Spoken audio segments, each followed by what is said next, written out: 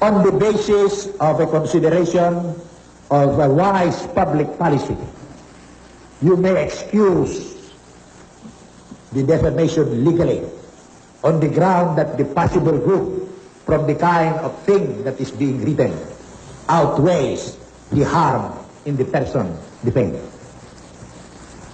Yes, sir. The mere fact that I've only filed one libel suit, it does not mean that it is only Mr. Luis Beltran who has criticized me, sir. I believe, just as you, that we have to uphold the freedom of the press, but I hold also that along with the freedom comes a very serious responsibility and obligation, sir. That was the point I was driving at. Use your microphone. Why? Why did you single out Mr. Beltran? If, as you say, others have been writing ill against you. Well, because it is only Mr. Beltran who wrote what I believed was a blatant lie, because he wrote that I hid under the bed, and in fact, he wrote, if you will recall, purporting to say that this was an established fact, sir. That, madam, with all due respect, is the best answer that you can give to my question. Already answered, Your Honor. No, I'm asking her if that is the best answer that she can give to my question. All right, let her answer.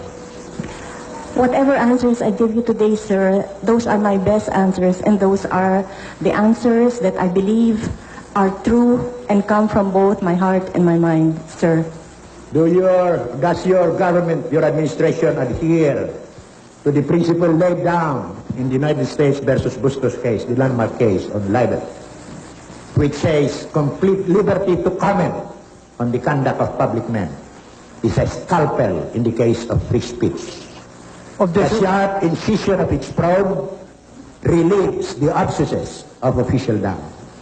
Men in public life may suffer under a hostile and an unjust accusation, but the wound can be assuaged with the balm of a clear conscience. A public officer must not be too thin-skinned. Does your administration adhere to that principle? Objection, Your Honor.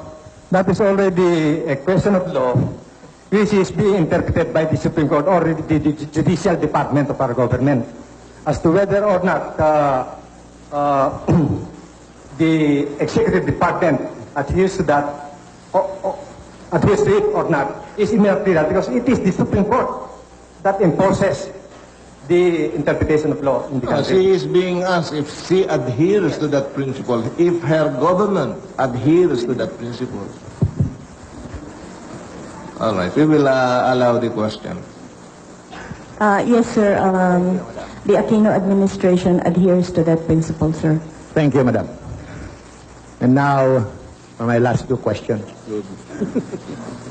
It is a fact, madam, that you are the one who appointed the Honorable Ramon Macasyar, presiding over this trial, as judge of the Regional Trial Court of Manila. Immaterial. Yeah.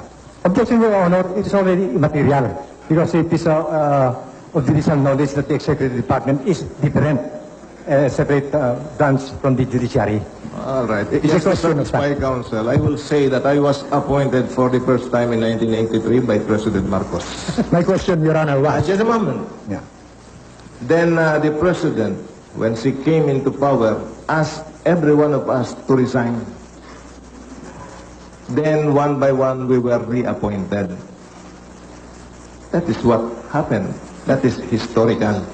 But I do not owe anybody my position in this court, if that is what you are trying to drive out. No, I'm not trying to drive at anything, Your Honor. And that is otherwise, I would call Your Honor to the witness stand and question Your Honor yourself. Well, that is a public record already. So with that admission, I will withdraw the question. Very well. Thank you. Last question. In the event His Honor is promoted to the Court of Appeals, it will have to be with your imprimatur. Is that correct, Madam? Objection, Your Honor. That's already immaterial and hypothetical, Your Honor. Again, if the court will take judicial notice of that fact, I will withdraw. I will sustain the objection. That is immaterial. The power of the President to appoint is not at issue in this case. No, certainly not, Your She Honor. may not appoint me. What is at issue here That is her, are the 1,001 human factors that may enter into the trial of a case. well, And I'm entitled to put into record my own impressions of these factors. all right, I respect your view. That is all, Madam. Thank you very much. All right. Thank you, sir. Cross-examination on the part of defendants Maximus Libel and his companions. Yes, Your Honor. Thank you. Your Honor, on behalf of the defendants Sullivan, Manzanas, Arcovilli, and Roses, we would just like to make this statement that the President, who is the last witness for the prosecution, has not, either in her direct testimony or in the cross conducted by the able counsel of Mr. Beltran, said anything that concerns my clients, Mr. Max Sullivan and Mr. Tony Roses, Godofredo Manzanas, and Ricky Agcovilli. The prosecution, Your Honor, charges my clients with a conspiracy to libel the President.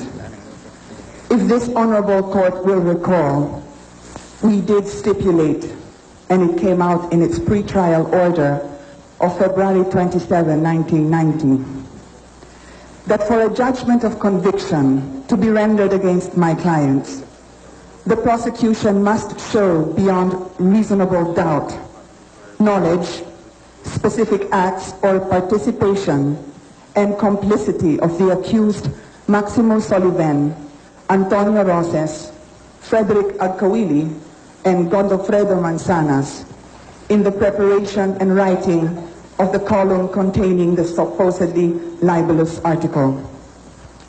The prosecution, Your Honor, has not presented any witness, and the President is its last witness, who has Yes, testified, May I cut Your you? Honor. May I cut you? Are you not going to cross-examine the President? Yes, Your Honor, because You will? we will just state, Your Honor, that because the last witness has not stated anything I would suggest to show, that we you- will not, Your Honor, cross All right. the President All today. right. You may take that manifestation that you have made before the court in a proper motion or in your memorandum. Yes, Your Honor. Thank you, Your Honor. All right. Any redirect We would like on to the part of the prosecution? We would like to manifest that there is no redirect question.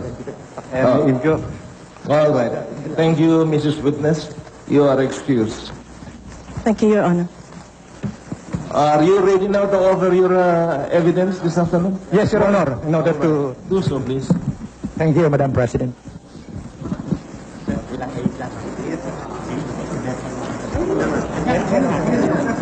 I make it for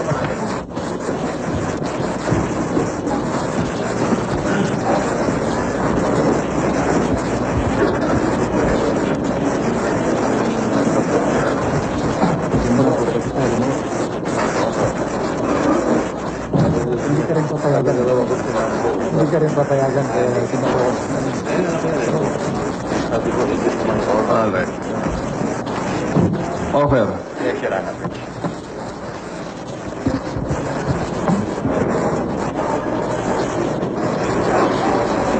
Magre-resto na kaya? Maupo lang.